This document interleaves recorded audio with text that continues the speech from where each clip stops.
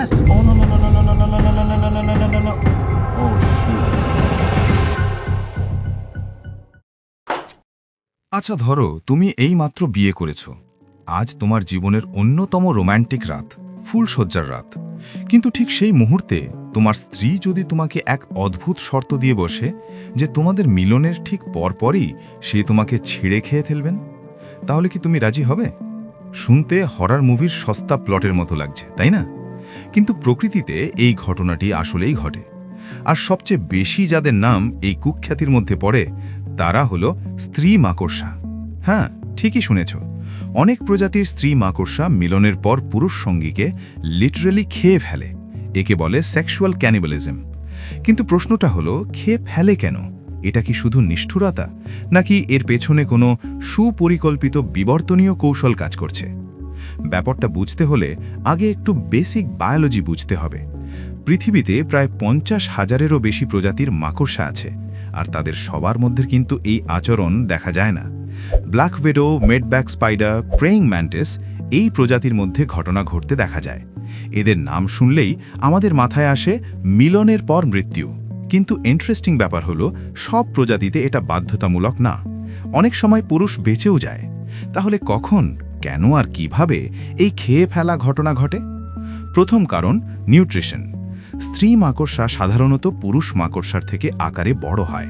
ডিম তৈরি করতে তার প্রচুর প্রোটিন আর এনার্জি দরকার হয়। একটা স্ত্রী ব্ল্যাক উইডো একবারে 200 থেকে 900টা পর্যন্ত ডিম দিতে পারে। এতগুলো ডিম তৈরি করার জন্য প্রয়োজন পড়ে অনেক বেশি পরিমাণ প্রোটিন এবং এনার্জি। মানে তাকে ম্যাসিভ বায়োলজিক্যাল ইনভেস্টমেন্ট করা বাধ্যতামূলক হয়ে পড়ে। তাই মিলনের পর ঠিক পরেই তার সামনে রেডিমেড প্রোটিন সোর্স দাঁড়িয়ে থাকে, মানে সেই পুরুষ মাকড়সা। তাহলে সেটা খেয়ে ফেলা তার জন্য বুদ্ধিমানের কাজ এবং এনার্জি এফিশিয়েন্ট।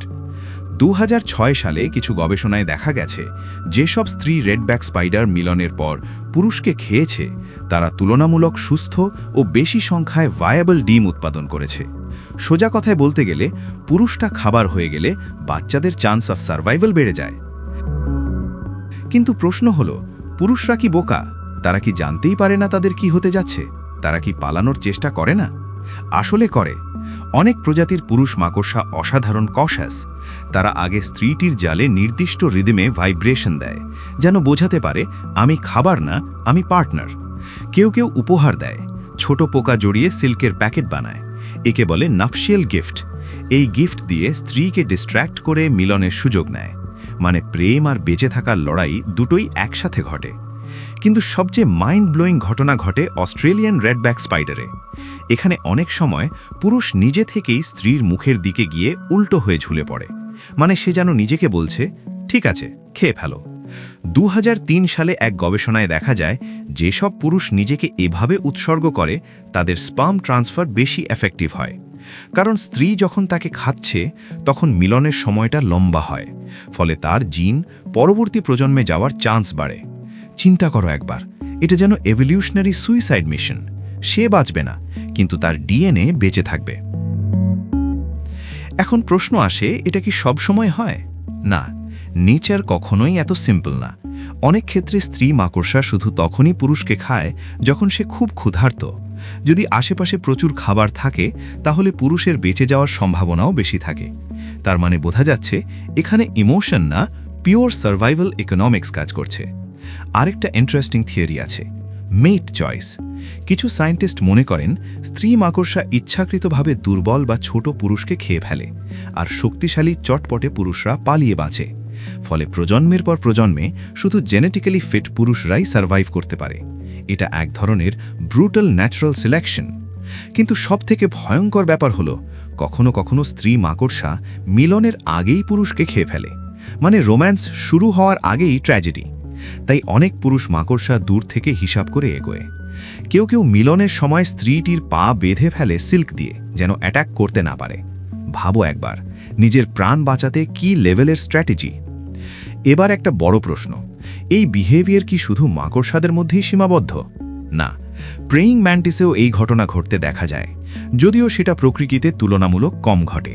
তবে ল্যাবরেটরিতে বেশি দেখা গেছে, যেখানে স্ত্রী ম্যান্টিস খুব হাংরি থাকে তখন পুরুষ ম্যান্টিসকে খেয়ে ফেলে। মানে প্রাকৃতিক পরিবেশে কোনো বিষয় বা ঘটনা পুরোপুরি নির্ভর করে আশেপাশের পরিস্থিতির ওপর। পুরো ব্যাপারটা আসলে আমাদের মানুষের মরাল লেন্স দিয়ে দেখলে খুব নিষ্ঠুর লাগে, কিন্তু প্রকৃতির কাছে নিষ্ঠুরতা বলে কিচ্ছু নেই। আছে শুধু সার্ভাইভাল আর রিপ্রোডাকশন। এভলিউশনের ভাষায় যে জিন ভবিষ্যতে যেতে পারবে সেই জিতবে। যদি নিজের জীবন দিয়ে হলেও নিজের জিনকে বাঁচানো যায়, তাহলে সেটা বায়োলজিক্যাল সাকসেস। এবার একটু গভীরে যাই। সেক্সুয়াল ক্যানিবালিজম শুধু খাবার বা এনার্জির ব্যাপার না, এটা পাওয়ার ডাইনামিক্সেরও প্রশ্ন। স্ত্রী মাকড়সা আকারে বড়, শক্তিশালী, আর রিপ্রোডাকশনের মূল নিয়ন্ত্রণ তার হাতে। সে ডিসাইড করে কে তার সন্তানের বাবা হবে আর কে হবে তার ডিনার। এই কন্ট্রোল সিস্টেম কোটি কোটি বছরের এভলিউশনের ফল। সবচেয়ে ফ্যাসিনেটিং ব্যাপার হলো এই ভয়ঙ্কর শোনানো আচরণ আসলে স্পিসিসটাকে টিকিয়ে রাখছে। যদি স্ত্রী পর্যাপ্ত নিউট্রিশন না পায়, ডিম দুর্বল হবে, বাচ্চারা বাঁচবে না। যদি দুর্বল পুরুষরা সহজে সার্ভাইভ করে, জেনেটিক মান কমে যাবে। তাই এই নির্মম নিয়মের ভেতরেই লুকিয়ে আছে স্পিসিসের দীর্ঘমেয়াদী স্ট্যাবিলিটি। শেষে একটা কথা মাথায় রেখো, প্রকৃতি আমাদের মতো ভাবে না। এখানে ভালো মন্দ, ন্যায় অন্যায় নেই। আছে শুধু equation, energy in, genes out. তুমি যদি একটা ছোট মাকড়সা হতে, হয়তো নিজের প্রাণ বাঁচাতে পালিয়ে বেড়াতে, হয়তো কৌশলে গিফট দিতে, কিংবা হয়তো নিঃশব্দে নিজেকে উৎসর্গ করতে, কারণ তোমার অস্তিত্বের একমাত্র লক্ষ্য হতো তোমার ডিএনএকে ভবিষ্যতে পাঠানো। এই ছোট্ট 8 পাওয়ালা প্রাণীগুলো আমাদের শিখিয়ে দেয়, জীবন শুধু টিকে থাকার গল্প না, এটা এক নিরন্তর হিসাব নিকাশের খেলা।